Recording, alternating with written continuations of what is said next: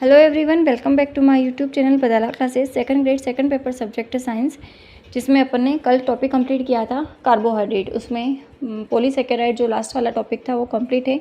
आज अपन शुरू करते हैं लिपिड्स, वसा। लिपिड क्या होती हैं? तो जनरल प्रॉपर्टीज़ ऑफ लिपिड। सबसे पहले जो लिपिड हैं वो कार्बन, हाइड्रोजन, ऑक्सीजन से मिलकर के बने होते हैं। हमेशा ध्यान रखना कि जो लिपिड होते हैं वो कभी पॉलीमर नहीं बनाते हैं। लिपिड का एक स्पेसिफिक बॉन्ड होता है एस्टर बॉन्ड। जैसे अपन ने देखा था प्रोटीन का पेप्टाइड बॉन्ड, कार्बोहाइड्रेट का ग्लाइकोसाइडिक बॉन्ड, उसी तरीके से लिपिड का स्पेसिफिक बॉन्ड क्या होता है? Ester bond. Lipid fatty acids तथा अल्कोहलिक कंपोनेंट के द्वारा बनता है। अब एस्टर बॉन्ड का फॉर्मेशन कैसे होता है? जैसे कि ये ग्लिसरॉल का फॉर्मूला है, CH2OH, CHOH, CH2OH, 3 OH group लगे होते हैं, क्या बोलते हैं उसको? ग्लिसरॉल। प्लस ये कोई वसीय अम्ल हैं फैटी एसिड से। अम्ल क्या होता है? COOH होता है, उसके R ग्रुप लग रहा है, R1 C++OH, या R2 R3। तो इस ग्लिसरॉल का ये इसका OH और इसका H क्या निकलेगा? वाटर मॉलिक्यूल निकलेगा। और ये आपस में जुड़ करके क्या बनाता है? देखो CH2O C++OR, तो ये क्या बन गया? OC++OR। तो C++OR ये कौन सा फंक्शनल ग्रुप होता है? एस्टर। तो लिपिड का जो स्पेसिफिक बॉन्ड होता है वो होता है एस्टर बॉन्ड। इसी प्रकार से इनमें भी होगा। तो ये इसको और क्या कह सकते हैं? ट्राइग्लिसराइड्स। ट्राइग्लिसराइड्स कह सकते हैं। जनरली जो लिपिड्स होते हैं वो क्या होते हैं? ट्राइग्लिसराइड्स होते हैं। Ester bond, peptide bond, glycosidic bond के निर्माण की जो प्रोसेस होती है वो डिहाइड्रेशन होती है। डिहाइड्रेशन का मतलब सभी में अपन वाटर मॉलिक्यूल ही निकाल रहे थे और अपने बॉन्ड का फॉर्मेशन हो रहा था। तो इनके निर्माण की प्रोसेस कौन सी होती है? डिहाइड्रेशन। अब आगे देखते हैं types of lipid. Simple lipid, fatty acid plus alcoholic component से मिलकर के ये सिंपल लिपिड का फॉर्मेशन होता है। सिंपल लिपिड को अपन क्या कहते हैं? न्यूट्रल लिपिड कहते हैं। तो ये क्वेश्चंस बना हुआ है कि जो मोम होता है वैक्स, वो किस प्रकार के लिपिड का एग्जाम्पल है सेकंड ग्रेड में? तो मोम या वैक्स जो होता है वो सिंपल लिपिड का एग्जाम्पल है। वसा, मोम, क्यूटिन, सुबेरिन, ये सारी, ठीक है। तो प्लांट की क्यूटिकल्स होती हैं, कॉर्क एंड कैस्पेरियन बैंड पर उपस्थित होता है ये सुबेरिन। उन्हें एयर टाइट या वाटर टाइट बनाता है। Types of fatty acids, first होता है सैचुरेटेड फैटी एसिड्स। अब जो वसीय अम्ल होते हैं उसको अपने प्रकार पढ़ने हैं। तो फर्स्ट सैचुरेटेड फैटी एसिड, संतृप्त वसीय अम्ल कंप्लीटली सैचुरेटेड होते हैं। लेस रिएक्टिव फैटी एसिड्स होते हैं। बॉडी की जो मेटाबॉलिज्म, उपापचयी जो अभिक्रिया होती हैं अपने शरीर में, उसमें सक्रिय रूप से भाग नहीं लेते हैं, जमा ज़्यादा होता है जिससे मोटापा बढ़ता है। इसके एग्जाम्पल होता है पॉमेटिक अम्ल C15 COOH, इसका केमिकल फार्मूला, एस्टेरिक अम्ल C17 COOH। जो अपनी बॉडी के लिए कौन सा फैटी एसिड्स अच्छा रहता है? तो अनसैचुरेटेड फैटी एसिड्स, जो डबल बॉन्ड युक्त फैटी एसिड्स होते हैं वो अपनी बॉडी के लिए अच्छा होता है, क्योंकि उससे मोटापा भी नहीं बढ़ता है और उसका डिपोजिशन ज़्यादा नहीं होता है।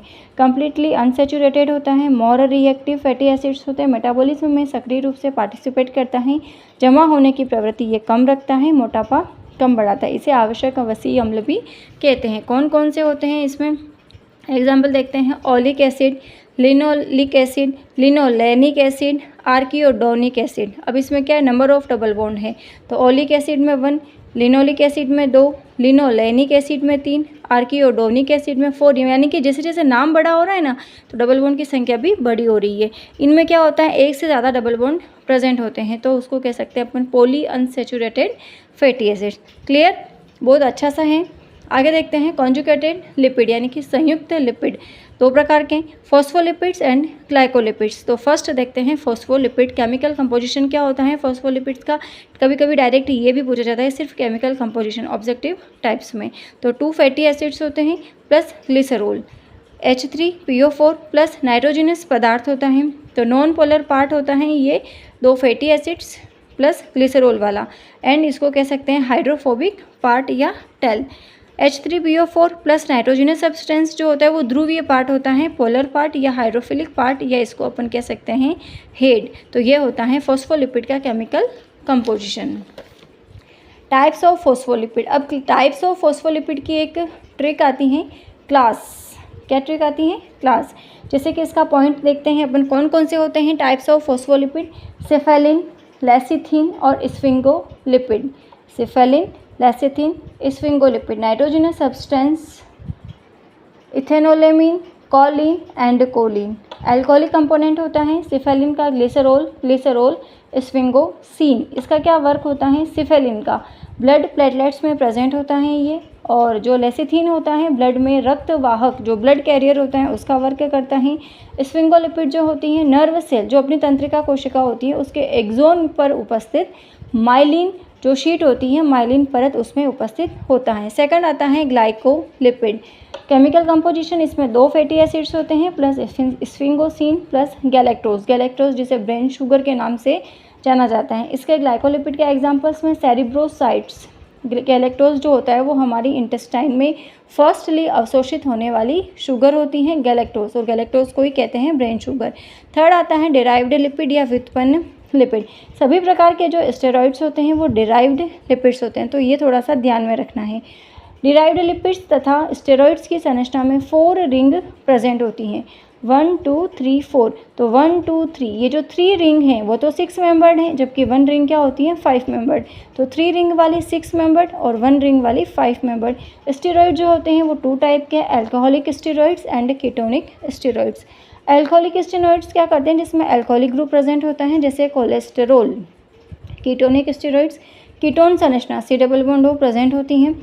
प्रोजेस्टेरोन। कीटोनिक स्टेरॉइड्स के एग्जाम्पल कौन होते हैं? Progesterone, testosterone, aldosterone. ये सभी किसके एग्जाम्पल हैं? कीटोनिक स्टेरॉइड्स के।